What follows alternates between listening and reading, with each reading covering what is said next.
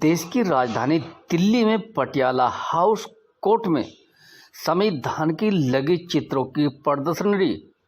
वहीं वकीलों ने प्रदर्शन किया और संविधान के चित्रों के मूल संविधान चित्रों की प्रदर्शनी में पटियाला हाउस कोर्ट में सारे वकील मिलकर इस प्रदर्शनी में शामिल हुए और अपनी अपनी बातें भी रखी।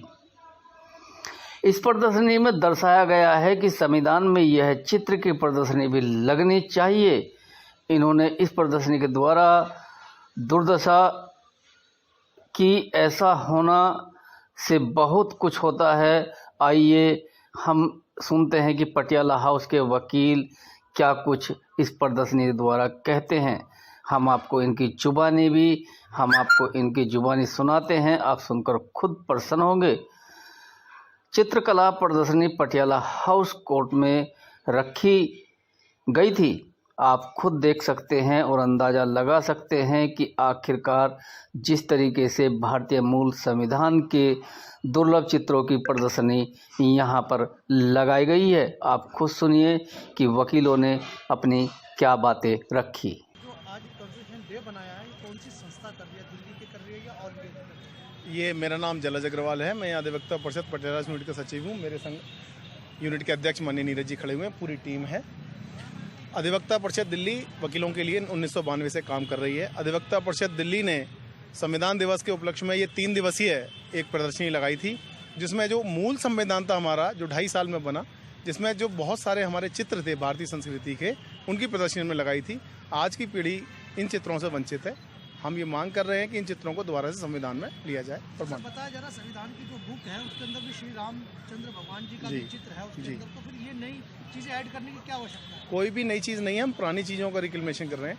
भगवान राम का पुष्पक विमान का चित्र है और आज भी है। अगर आप संसद में जाएंगे तो हीलियम गैस में रखा हुआ है वो, लेकिन हमारे आज की युवा पीढ़ी के जो अधिवक्ता पीढ़ी है, जो समाज है, उसको नहीं दिया जाता। जो हम कॉन्स्टिट्यूशन की बुक पढ़ते हैं उसमें ये कोई भी चित्र भारत सरकार नहीं छापती है।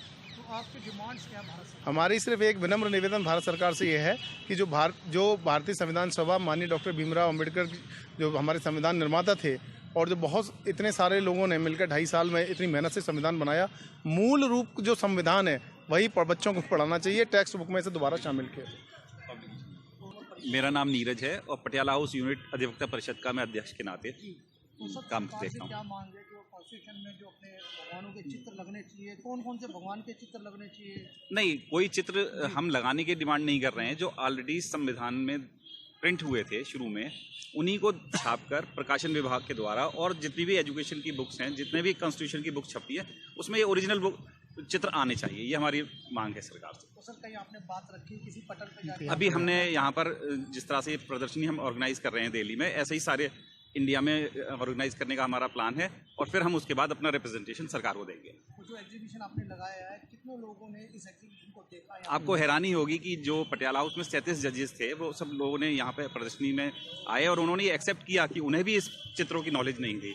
तो आप सोच सकते हैं कि आम आदमी को कैसे हो सकती है इसकी नॉलेज, जब तक कि सरकार अपनी तरफ से प्रकाशन विभाग के द्वारा इन चित्रों को प्रकाशित न करे। क्या लग रहा है आपको ये चित्र का ना होना इस बुक के अंदर? तो क्या लग रहा है आपको? वैसे तो ये एक शोध का विषय है कि कब इन्हें छापने से मना कर दिया गया, क्यों कर दिया गया, किस कारण से कर दिया, उन पे ना जाके हम ये चाहते हैं कि आगे पॉजिटिव वे में हम चलें। हमारी आने वाली जो युवा पीढ़ी है इसको देखे और ओरिजिनल चित्र सब लोगों के सामने रखे जाएं।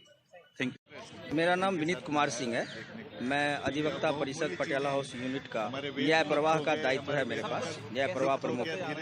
ये जो हमने एग्जीबिशन लगाई है, इस एग्जीबिशन का ये प्रयोजन था हमारा कि जो हमारे मूल संविधान में जो कुछ फोटोज लगाए गए थे, जो कि हमारी आम कॉन्स्टिट्यूशन के बुक्स में नहीं छपते हैं, उनको हम ज़्यादा से ज़्यादा लोग को बता सकें, दिखा सकें, और उनके मूल भाव किस पार्ट में उसको क्यों लिया गया, उसका क्या भाव रहा होगा, उसको उसमें वर्णित करने का और लोगों तक पहुंचाने का प्रयास किया है। और इसके लिए हमने सबसे पहले कॉन्स्टिट्यूशन की मूल प्रति की एक कॉपी मंगवाई, उसको भी हमने अपने एग्जीबिशन में रखा, जिसकी, और फिर उनमें से सारे चित्र वाले पेज जो थे, जिसमें जितने भाग बने हुए थे, उन सबको हमने एक फ्लैक्स पे, अलग अलग पेज के अलग अलग भाग के सबको फ्लैक्स पे लगाया, और फिर एक नोटिंग भी बनाई जिसमें कि किस पार्ट से, किस पिक्चर से कौन सा भाव आ रहा है।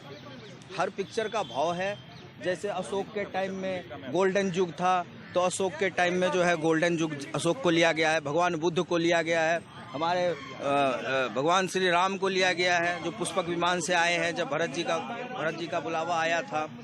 इस तरह से शिवाजी महाराज को लिया गया है। ऐसे ही ये सबको रानी लक्ष्मीबाई जी को लिया गया है। तो इस एग्जीबिशन के द्वारा हमने लोगों तक यह संदेश पहुंचाने का कोशिश किया है कि जो आज की युवा पीढ़ी है या और भी जो आम जन हैं, इनको जो कॉन्स्टिट्यूशन के पिक्चर के बारे में, फोटोज के बारे में नहीं मालूम है या उनका क्या भाव है ये नहीं पता है, उन तक ये जानकारी पहुंचे और लोग इसे पढ़ के और देख के लाभान्वित हों।